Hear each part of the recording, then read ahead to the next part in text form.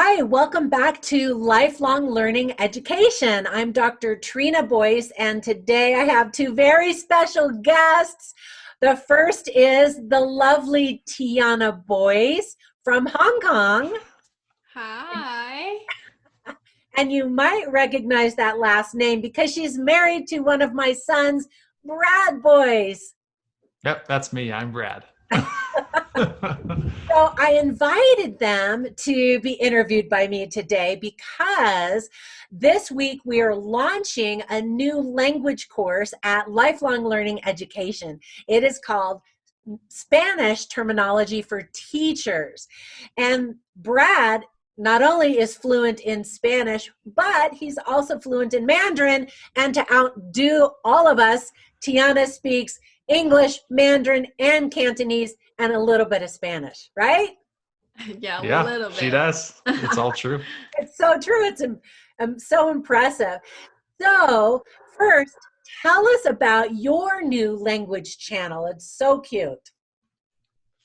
Okay, so recently we started a new YouTube channel called Culture Shock. Sure. Excuse me, Culture Shook. It's so new that even I sometimes get it mixed up. Culture Shook. And maybe in one sentence, pretty much the whole idea of the channel is Brad is from America, Tiana's from Hong Kong, and after getting married, we realized that there's a lot of different things and nuances to our cultures that we didn't know about before. So in the channel, we go over just a mixture of American culture compared to, or like mixing with Chinese culture, English mixing with Chinese language, and that whole experience. And that's basically what the channel is about. Yeah, it's a super cute channel. You guys do a really great job because every week it's a different kind of competition. You did some where Tianna was tasting American snacks, you were tasting Chinese or Asian snacks, where you talked about tongue twisters from each language. And so, Tianna, tell us, you were the first one to really live abroad when you first came to America. How important is it to understand the culture, and how does that help you understand the actual language too? Well, that's a really good question. I think it was really important to know the culture because I think the first time I really kind of get to know more about American cultures is when I was in California, because I went to BYU, Hawaii for school, but I mostly hung out with like Asian people. And so There's a ton of Chinese people, Japanese like students at the school. So it's easy to just only hang out with them. So I feel like I didn't really explore lots of like American culture until I went to California. And I realized that, like, my friend told me that when you go to a restaurant, you don't really like raise your hand and say, hey, like I want to order food, or hey, I'm ready, or hey, I want to get a check. Like, you don't do that. Like, my friend told me that it's rude. And what do you think? It's done in a different way than it is in America, for sure. Right. Yeah. Like the whole interaction is just different. Yeah, that's what she told me. So I was like, oh, I don't know that, because in Hong Kong it's totally common and totally normal. Stuff like this. So I feel like I learn a lot about things like this so that I know how to communicate with people. I know what I should do and what I shouldn't do, so that I won't offend anyone. Right. We won't get into it now, but she's told me a story about accidentally offending a guy who had a crush on her, and it just had to do with not crush. He just wanted to hang out with me. That's it. Sure. But yeah, just because of this was still in Hawaii when she like just came to Hawaii. Yeah, it was in Hawaii. Yes. So yeah, there was a lot to learn. Yeah. Yeah. Now, Brad, you learned Spanish and lived in Nicaragua for 2 years. Yeah. So you learned the language before you got there. Kind of. Well, right. I mean, you had learned a little bit in high school and then a little bit before you lived there. Again, that was a totally different culture for you as well. How did the language and the culture tie in? Did one help the other? I feel like even with, so I feel like that's a good question. And I feel like both, how would I say that? When learning Spanish, this is pretty specific, but I realized that, okay, in my Spanish classes at school, for example, of course, like we tried to go into like the culture bits and pieces of it so we could understand the culture better, whatever.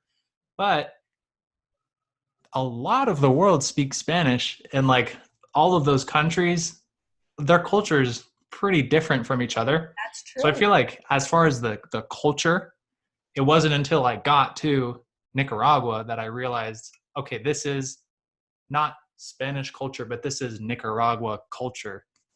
So I just had to pick that up like when I got there. And I just being with the people like all day, every single day, literally communicating with people all day, that like helped a lot in the process of learning the culture. But I feel like it's not, yeah, even learning Spanish itself does absolutely have its own like nuances in the way the grammar works is connected to like how people think and kind of how people express themselves. And yeah, there are some nuances that are different from English.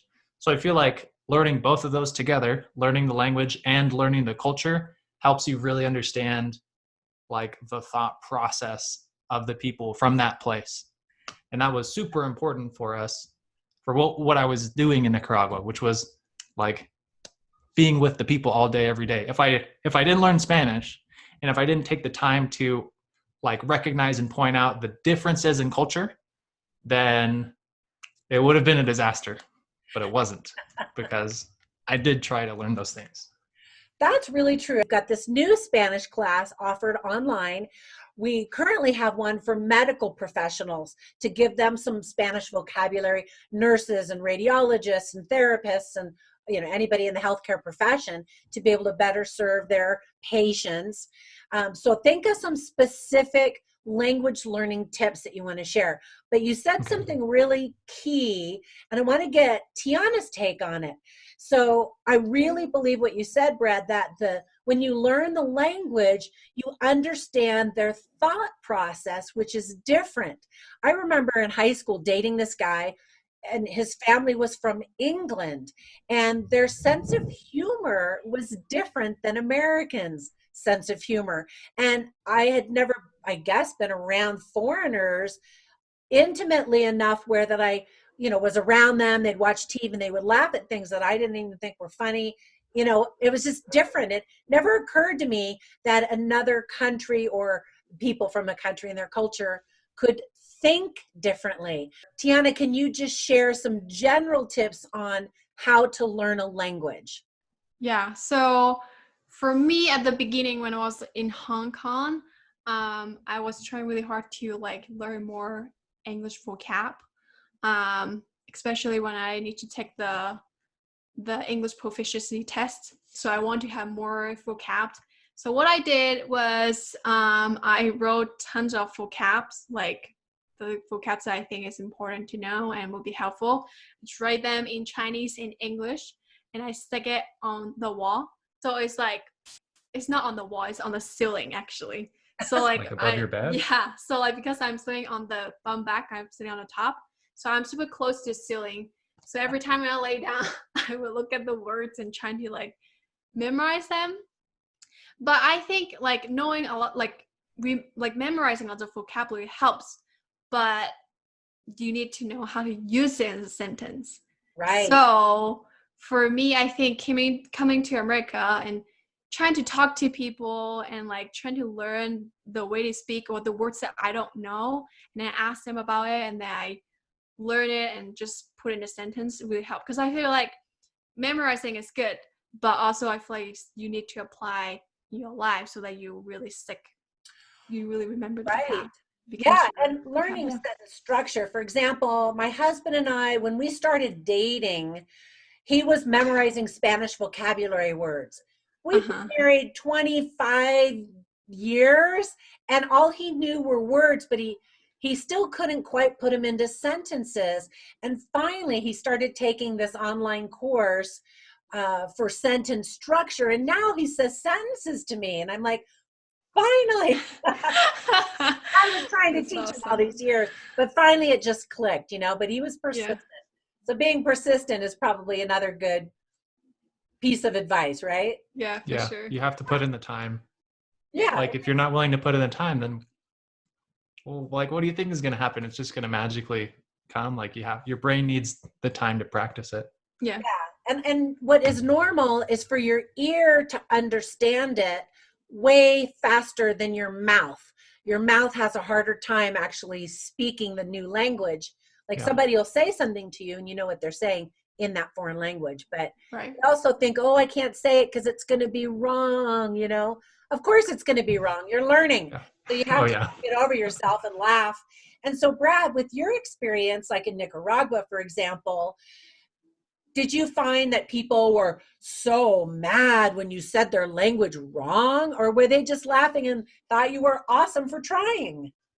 So I think with Spanish and Chinese and probably any other language, when people whose native language is the language that you're trying to speak and they hear you try to speak their language, I think they're like flattered like instantly, because it's Yes. especially, I mean, as English speakers, I feel like generally the rest of the world is trying so hard to learn English because English is like such an important language right now.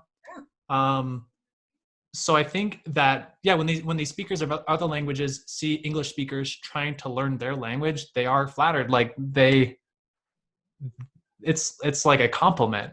It Like is. really, they're like, wow, like Yeah. everyone's trying to learn your language, like, but you're still really trying to take the time to Yeah, learn they mine. Like definitely feel that's awesome. honored. Yeah, I think Yeah, so. I think they're honored. Yeah, I think so. And they're flattered, they're honored that you would even try. And Yeah. I was trying to get at the answer that most of the time, Spanish speakers especially will just laugh and just be so delighted. Even if you're totally butchering the language, you'll never get scolded and say, that's wrong. They'll just be so thrilled that you're trying. Yeah. Okay, so Brad, what specific tips can you think of for someone who's trying to learn Spanish? Maybe certain things that tripped you up in the beginning that are common for English speakers to learn Spanish? Can you think of something? Sure. So I think something that helped me in the beginning and helps me with Chinese now is like, I don't know what it is. I'm sure it's not just our family, but like with me and my brothers, we try to be funny. So we would get a lot of enjoyment out of like trying to play a character, or like if we're quoting a movie and there's like the character in the movie has a silly way of speaking or just a different way of speaking, we would try to like just like copy exactly that person's voice or like how they speak. Yeah, you guys are really So good at that too. They're yeah, hilarious. I think my brothers are good at it. So I think when I started learning Spanish, I made it a point to almost like play a character, or like when I'm gonna say something in Spanish, I almost like flip a switch and say like, okay, now you're Spanish Brad, like wearing a flamenco hat or something like that, like just like something goofy. But I almost like get in the mindset of like, okay, I'm not Brad anymore. I'm not American Brad. I'm like this. I'm the Spanish speaker. Like I'm from Brad. Mexico, exactly, or whatever. And I think, yeah, same thing with Chinese. I think some like regions in China have a really like very like big different, just like interesting accents. So I think, me personally, I think it's super fun to try to play that character. And I think doing that, trying to play these characters, trying super hard to like hear the different accents and recognize what they're doing that's different. I think doing all of that helped me to get a good Spanish accent and a good Chinese accent. It's not perfect, but I think like people recognize it and they Tianna, like it. yeah. Tianna, does he have a different personality when he's speaking Mandarin to you? I feel like he didn't speak enough to to let me recognize it, but I feel like every time he says something in Mandarin, he just like, yeah, I feel like he's kind of different because like his voice just like super different from like speaking English. It gets Like lower, having- doesn't it? Yeah. Yeah. Yeah, and like he's trying to be goofy or something. I don't know. Every time we speak I like Chinese, I just like, overemphasize some stuff. yeah. So I was like, what are you doing? But yeah, Yeah. I guess it's a little bit different. Yeah. So tell us where we can find your channel. And so any of you who are interested in the culture, especially Asian American culture differences, you'll really get a kick out of their videos. So I'm going to write above where they can find your channel. Okay.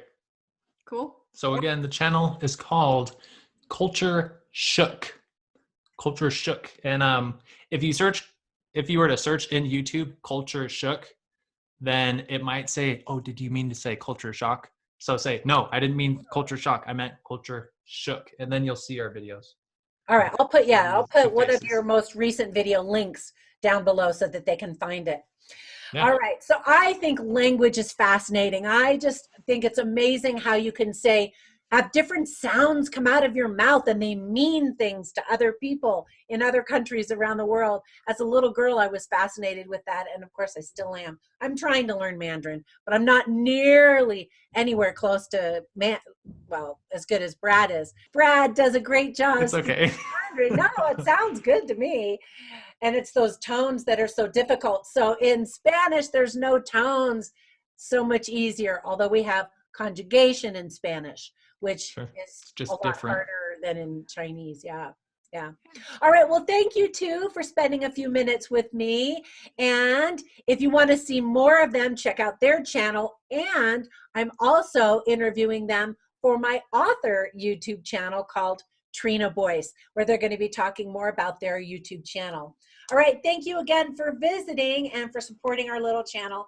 And here's to lifelong learning. Bye for now.